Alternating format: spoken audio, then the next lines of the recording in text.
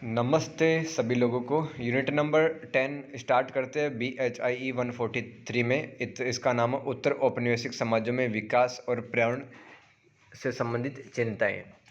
तो दोस्तों इस चैप्टर में हम क्या पढ़ने वाले हैं कि जो देश कभी गुलाम थे वो आज़ाद हुए, वहाँ पर विकास का काम किया गया, आधुनिकीकरण किया गया और फिर वहाँ पे क्या प्रॉब्लम्स उभर के सामने आती हैं, जैसे कि क्लाइमेट चेंज, ग्लोबल वार्मिंग, ये सब। ठीक है। और इनको कम करने के लिए वहाँ के जो नागरिक उन्होंने सामाजिक आंदोलन भी किए, वो सब इसी में पढ़ने वाले हैं।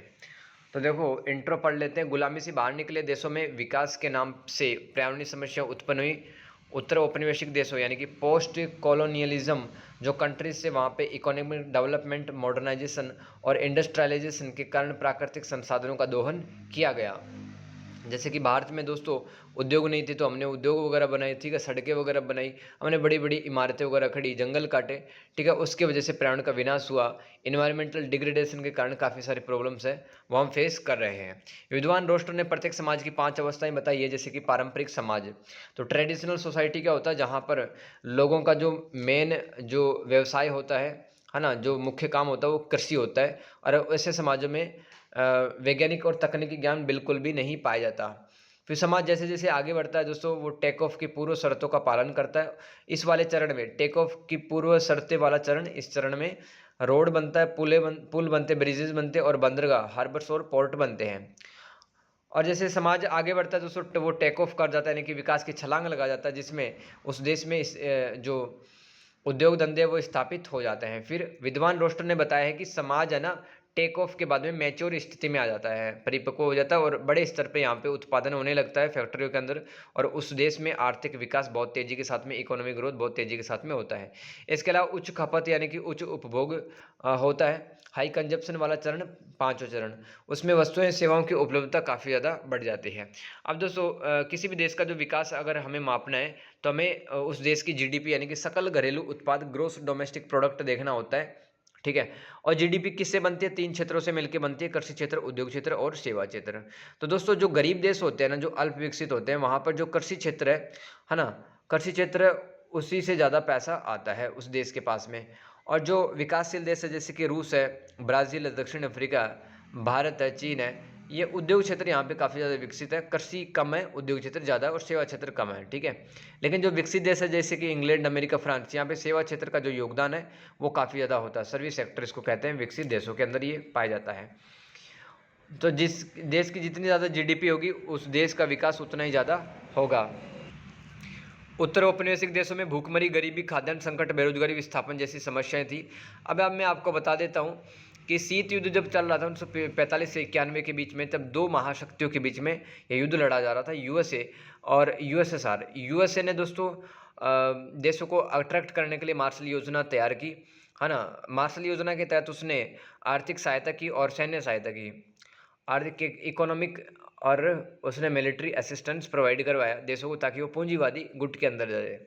और जो सोवियत संघ था उसने मोलोटोव योजना प्रस्तावित की कि आप हमारे समाजवादी गुट में आ जाएं। अब दोस्तों अमेरिका का इंडिया पर काफ़ी ज़्यादा प्रभाव रहा है आज़ाद होने के बाद में। जैसे कि अमेरिका ने हरित क्रांति में भारत की सहायता की, और उसने हमें बीज, उर्वरक, है ना, और कीटनाशक प्रोवाइड करवाए हैं। अमेरिका ने पैसा दिया, अमेरिकी वित्त पोषण, और अमेरिका ने टेक्नोलॉजी दी इंडिया को, मशीनीकरण करवाया इंडिया का, और बाजार भी उपलब्ध करवाया है इंडिया को। दोस्तों इस तरह से अमेरिका ने काफ़ी ज़्यादा कोशिश की भारत के करीब आने की, और विशेषतः 1947 के बाद में, ताकि पूंजीवाद का प्रभाव बढ़ सके भारत पर। देखो भारत में है ना, जो संविधान है, आर्टिकल 48 उसके अंदर लिखा हुआ है, अनुच्छेद 48 में क्या लिखा है? राज्य पर्यावरण की रक्षा करेगा और सुधार करेगा तथा देश के वनों तथा वन्य जीवों की रक्षा करेगा। इसी तरह से हमारे संविधान के अनुच्छेद 51A में लिखा है, प्रत्येक भारतीय पर्यावरण की रक्षा करेगा। 1927 में दोस्तों अंग्रेजों के टाइम पर भारतीय वन अधिनियम भी जारी हो गया था। तो पर्यावरण के बचाने के प्रयास हैं। आर्टिकल 48 लिख सकते हो, आर्टिकल 51A लिख सकते हो। आर्टिकल 51A तो मतलब हमारे मौलिक कर्तव्य जो है, फंडामेंटल ड्यूटीज, उसमें शामिल होता है। इंदिरा गांधी जी के कार्यकाल के टाइम पे दोस्तों बहुत सारे राष्ट्रीय पार्क बनाए गए, बहुत सारे राष्ट्रीय अभयारण्य यानी कि नेशनल सेंचुरी बनाई, उसकी वजह से काफ़ी ज़्यादा प्रॉब्लम्स आई, क्योंकि जनजातियों को दोस्तों विस्थापित होना पड़ा, अपनी जो जंगल है उनको छोड़कर दूसरी जगह जाना पड़ा। तो पुनर्वास से संबंधित, विस्थापन से संबंधित समस्याएं, जिसके वजह से जनजातीय सरकार से नाराज हो गई और सामाजिक आंदोलन तैयार होते हैं सरकार के खिलाफ। देखो कुछ विकास सिद्धांत आए हैं राजनीति विज्ञान में, कि सभी जो देश है ना, जैसे कि जो अल्प विकसित देश है, विकसित देश है, विकास करने के सबके अलग अलग तरीके हैं। ठीक है, तो जरूरी नहीं है कि भारत में जो विकास मॉडल है वो अमेरिका में विकास मॉडल की तरह काम करे। राइट, सभी देशों का अलग अलग विकास करने का तरीका होता है।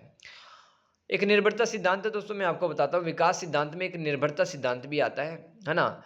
क्या होता है कि मतलब जो विकसित देश होते हैं ना, इन पर निर्भर हो जाते हैं छोटे देश, गरीब देश, छोटे देश, पूंजी के लिए यानी कि पैसे के लिए, और संसाधन यानी रिसोर्सेज के लिए, तकनीकी ज्ञान है ना, टेक्नोलॉजी के लिए और पैसों के लिए, वो बात बात पर विकसित देशों के पास सामने चले जाते हैं, और उसकी वजह से वो डिपेंडेंट हो जाते हैं किस पर, विकसित देशों पर, गरीब देश। तो इसकी वजह से भी उनका शोषण होता है। तो विकास करने के नाम पर विकसित देशों ने इनका शोषण किया है। आधुनिकीकरण सिद्धांत क्या है दोस्तों, ये विकास के सिद्धांत है, निर्भरता सिद्धांत और आधुनिकीकरण सिद्धांत। तो जो पश्चिम के जो देश हैं वहाँ पर जो विकास मॉडल है उन्हीं को गरीब देशों में अपनाया जाना चाहिए, ताकि उनका भी विकास हुए, आधुनिकीकरण सिद्धांत कहलाता है। लेकिन दोस्तों मैंने वही बताया है कि जो विकास के मॉडल है हर एक देश में अलग अलग पाया जाता है। ठीक है, तो जरूरी नहीं है कि जो इंग्लैंड में विकास का मॉडल अपनाया गया वही मॉडल गरीब देशों में अपनाया जाए। तो आधुनिकीकरण सिद्धांत की भी आलोचना इस आधार पर की जाती है कि जो विकसित देश हैं वो शोषण ही करते हैं कुल मिला के गरीब देशों का। इसके अलावा विकास से संबंधित बहुत सारे सूचकांक आजकल प्रकाशित किया जाता है, जैसे कि ह्यूमन डेवलपमेंट इंडेक्स HDI जिसको कहते हैं, मानव विकास सूचकांक, और happy planet index, happiness index, है ना, ये सब सूचकांक है। सूचकांकों से हमें पता चलता है किसी देश का विकास का। और वैश्विक शांति सूचकांक है ना, तो जिस देश में शांति होगी उसमें विकास भी तो होगा। अब एक नागरिक आंदोलन आपकी किताब में दिया हुआ है, इसमें चिपको आंदोलन है, नर्मदा बचाओ आंदोलन है, और अपिको आंदोलन है, साइलेंट वैली मूवमेंट है। राइट, तो चिपको आंदोलन उत्तराखंड में हुआ था, सुंदरलाल बहुगुणा इसके प्रमुख लीडर थे। नर्मदा बचाओ आंदोलन, ये मतलब सरदार सरोवर बांध बनाया गया था नर्मदा नदी पर, और छोटे मोटे 3000 बांध बनाने थे। तो मेधा पाटेकर ने लोगों को इकट्ठा करके आंदोलन तैयार किया सरकार के खिलाफ, है ना। और अपिको आंदोलन ये पश्चिमी घाट, जो वेस्टर्न घाट है उसके इकोसिस्टम को बचाने के लिए किया गया था, पश्चिम घाट। साइलेंट वैली मूवमेंट ये केरला से रिलेटेड है। तो ये सब नागरिक आंदोलन तैयार किए गए, क्योंकि दोस्तों अंधाधुंध विकास के कारण क्या है, इन्वायरमेंट डिग्रेड होता है, पेड़ काटे जाते हैं, जानवर मारे जाते हैं, जानवरों को भगाया जाता है, जनजातियों को भी विस्थापित होना पड़ता है। तो जिस वजह से बड़े स्तर पर लोग हैं वो मास मूवमेंट करते हैं। अब देखो विकास का एक मैं आपको दुष्परिणाम बताता हूँ। भोपाल गैस कांड जो कि आपने सुना हुआ 1984 को हुई थी दिसंबर के महीने में, मध्य प्रदेश के भोपाल में। तो वहाँ पे मिथाइल आइसोसाइनेट गैस लीक हो गई थी उस प्लांट से। ठीक है, वहाँ पर मतलब कीटनाशक बनाने का वो कारखाना था, वहाँ से मिथाइल आइसोसाइनेट MIC जिसको बोलते हैं, उसके लीक होने से लगभग 10,000 के आसपास जो व्यक्ति हैं वो मर गए थे दोस्तों, क्योंकि प्लांट में तकनीकी समस्याएं थी। ठीक है, ट्रेनिंग नहीं मिली हुई थी, अलार्म जो घड़ियाँ थी वो ख़राब थी। ठीक है, और लापरवाही थी, प्रशासनिक लापरवाही भी थी, मतलब पता था कि गैस लीक हो सकते, फिर भी सुधार नहीं किया गया। मशीनों के अंदर अलार्म सिस्टम पर, जागरूकता पर, प्रशिक्षण पर काम नहीं करने की वजह से भोपाल गैस कांड हुआ था। तो हमने विकास के साथ साथ दोस्तों विनाश के भी काम किए हैं। पर्यावरण एवं विकास पर विश्व आयोग बना है दोस्तों 1987 में, मतलब कि world commission on environment and development 1987 में बना, और इसके जो अध्यक्ष है वो ब्रुंटलैंड को बनाया गया, तो ब्रुंटलैंड आयोग भी कहते हैं इसको। और एक रिपोर्ट प्रकाशित की गई इस आयोग के द्वारा, हमारा साझा भविष्य यानी कि और कॉमन फ्यूचर। तो इसमें दोस्तों सतत विकास की पहली बार बात की गई थी ब्रुंटलैंड आयोग के द्वारा, जो रिपोर्ट प्रकाशित की गई हमारा साझा भविष्य में। एक समुदाय आधारित प्राकृतिक संसाधन प्रबंधन भी होता है दोस्तों, community based natural resources management, है ना। ये नागरिक आंदोलन में आता है। क्या होता है कि मतलब कि मान लो सरकार का जो वन विभाग है उसने पेड़ पौधे लगाने की सोची, तो जो नागरिक समुदाय है ना, गांव वाले हैं, वो भी मिलकर के पर्यावरण को बचाने का प्रयास करते हैं सरकारों के साथ। वो होता है समुदाय आधारित प्राकृतिक संसाधन प्रबंधन। इससे क्या है, इन्वायरमेंट स्ट्रॉन्ग बनता है। भारत के अंदर दोस्तों एक स्कीम कह लें आप, जॉइंट फॉरेस्ट स्कीम, संयुक्त वन प्रबंधन। तो इसके तहत जंगलों में वन की संख्या बढ़ाई जाती है। ठीक है, पेड़ों की संख्या बढ़ाई जाती है जंगलों के अंदर संयुक्त वन प्रबंधन में। जैसे कि बंगाल में ये संयुक्त वन प्रबंधन योजना चालू की गई थी एक बार। इसके अलावा दोस्तों 1980 की बात करें तो उसके बाद नव उदारवाद आता है, ठीक है। मतलब कि सरकार हस्तक्षेप नहीं करेगी मार्केट के अंदर और मुक्त बाजार अर्थव्यवस्था की बात की जाएगी, है ना। मार्केट को और ओपन करने की बात की जाएगी, सरकार की जो नीतियाँ हैं उनमें लचीलापन लाने की बातें की जाएंगी। कुल मिलाकर यहाँ पर इकोनॉमी को आगे बढ़ाया जाएगा, आयात निर्यात को, इम्पोर्ट एक्सपोर्ट को बढ़ाया जाएगा। उसकी वजह से क्या हुआ दोस्तों, एनजीओ, गवर्नमेंट और जो स्वयं सहायता ग्रुप होते हैं, सेल्फ हेल्प ग्रुप, उन्होंने मिलकर के विकास और पर्यावरण से संबंधित जो नीतियाँ हैं वो बनाई, तो उन्होंने संतुलन भी स्थापित किया नव उदारवाद के कारण। लेकिन नव उदारवाद के कारण समस्या भी तो आई है, उपभोक्तावाद काफ़ी ज़्यादा बढ़ गया है, ठीक है। शहरों के अंदर अब दोस्तों जो पहाड़ प्राकृतिक होते थे वो कचरे के पहाड़ अब बनने लगे हैं, तो ये नव उदारवाद के नुकसान भी हुए हैं इन्वायरमेंट पर। इसी तरह से दोस्तों जो बहुराष्ट्रीय कंपनियां वो भी स्थापित हुई 1980 के बाद में, है ना, मल्टीनेशनल कंपनीज या कॉरपोरेशंस। तो इसके वजह से दोस्तों बड़े स्तर पे सामानों का उत्पादन किया गया एमएनसीज के द्वारा, राइट। तो इसकी वजह से पर्यावरण का नुकसान हुआ है। इसकी वजह से इसके साथ ही दो अंतर्राष्ट्रीय वित्तीय संस्थाएं हैं इंटरनेशनली, एक तो आईएमएफ और एक वर्ल्ड बैंक है ना। ये लोन देने का काम करती है, पैसा उधार देने का काम करती हैं, और एक नीति के तहत ये पैसे उधार देते हैं। उस नीति को कहते हैं स्ट्रक्चरल एडजस्टमेंट प्रोग्राम समायोजन, संरचनात्मक समायोजन कार्यक्रम। आईएमएफ और विश्व बैंक संरचनात्मक समायोजन कार्यक्रम के तहत किसी भी विकासशील अथवा अल्प विकसित देशों को उधार देने का काम करते। लेकिन दोस्तों ये एसएपी नीति के तहत ये जो दोनों आर्थिक संस्थाएं शोषण ही करती हैं गरीब देशों का। मैंने आपको बताया कि जिस देश के अंदर एसएपी की नीतियां लागू होती है उस देश में दोस्तों जो बजट होता है ना, और जो राजकोषीय नीति होती है फिस्कल पॉलिसी, और जो मॉनेटरी पॉलिसी यानी कि मौद्रिक नीति होती है वो आईएमएफ और वर्ल्ड बैंक के कहने पर ही बनानी पड़ेगी। तो कुल मिला के सामने वाला देश कठपुतली बन जाता है, राइट। तो उसके कारण से जो विकासशील देश है उनको आंतरिक नुकसान पहुंचा एसएपी नीति के कारण। ये सब लिख सकते हैं आप नागरिक आंदोलन में। वैश्विक जलवायु परिवर्तन और विकास की पुनः कल्पना देख लेते हैं। अब देखो आज के टाइम पर जिस तरह से इन्वायरमेंट को अपने डिस्ट्रॉय कर रहे हैं और सुधरने के लिए बिल्कुल भी तैयार नहीं है, ठीक है, उसी का नतीजा अब हम भुगत रहे हैं, ठीक है। 52 डिग्री सेल्सियस देख रहे हैं, आने वाले टाइम पे और भी ज़्यादा बढ़ सकता है। तो दोस्तों आज के टाइम पे क्लाइमेट से ग्लोबल वार्मिंग को लोग काफ़ी ज़्यादा हल्के में ले रहे हैं, राइट। इसके लिए दोस्तों दो लक्ष्य बनाए गए थे। एक तो सहस्त्राब्दी विकास लक्ष्य मिलेनियम डेवलपमेंट गोल, जिसको सन 2000 ईस्वी में बनाया गया। 2015 ईस्वी तक देशों को कुछ टारगेट है वो फुलफिल करने थे, जैसे कि गरीबी एवं भूखमरी का उन्मूलन। संयुक्त राष्ट्र ने सहस्त्राब्दी विकास लक्ष्य बनाए थे सन 2000 ईस्वी में, और संयुक्त राष्ट्र के सदस्य देशों को 2015 ईस्वी तक ये पाने थे। और कौन कौन से लक्ष्य थे, जैसे गरीबी एवं भूखमरी का उन्मूलन यानी कि ख़त्म कर देना इनको, प्राथमिक शिक्षा प्राइमरी एजुकेशन पे काम करना, जेंडर इक्वलिटी पे काम करना, महिला सशक्तिकरण एवं बाल मृत्यु दर कम करना, ये सहस्त्राब्दी विकास लक्ष्य थे कुछ। और मातृ स्वास्थ्य में सुधार करना, HIV एड्स मलेरिया अन्य बीमारियों से राहत पाना, वैश्विक साझेदारी यानी कि ग्लोबल पार्टनरशिप से जो कॉमन प्रॉब्लम्स हैं सभी देशों के सामने वो सॉल्व करना। इसके अलावा दोस्तों फ्रांस के पेरिस शहर में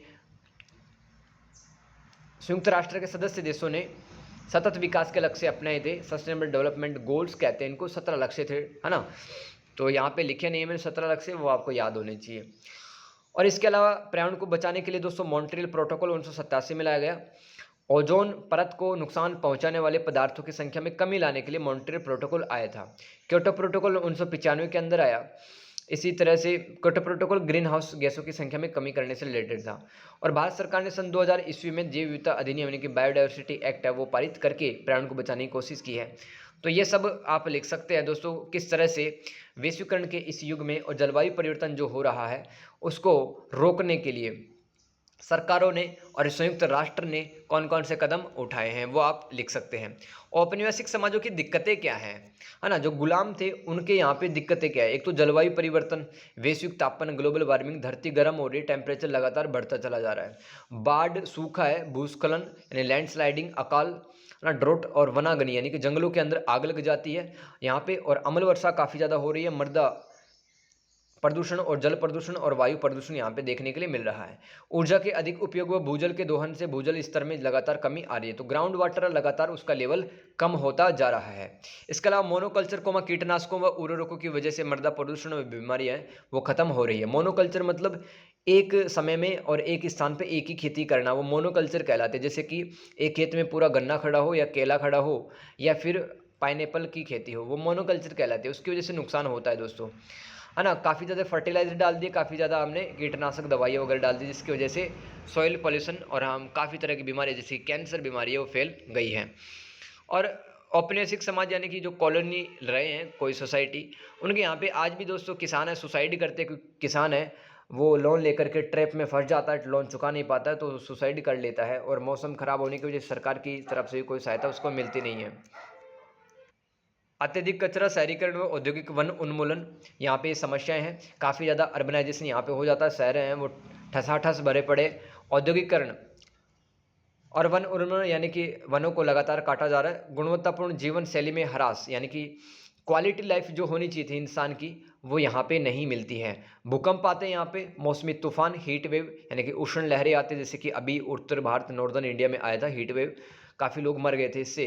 फसलों का कचरा जलाना ये भी एक बड़ी समस्या है औपनिवेशिक देशों में। अनियोजित रूप से शहरों का निर्माण, है ना, जैसे कि दिल्ली है या फिर और कोई शहर है गाजियाबाद, ये सब अनप्लान्ड सिटी है, ठीक है। इसके वजह से क्या होता है दोस्तों, काफ़ी सारी इन्वायरमेंटल इश्यूज आते हैं, और दिल्ली के अंदर तो स्मॉग की भी प्रॉब्लम्स बनी हुई है। तो प्रदूषण से बचाने हेतु आजकल दोस्तों कई तरह के मार्केट में प्रोडक्ट बिकते हैं, जैसे कि room air purifier, face mask और सैनिटाइजर, ये बाजार उत्पाद बन गए हैं।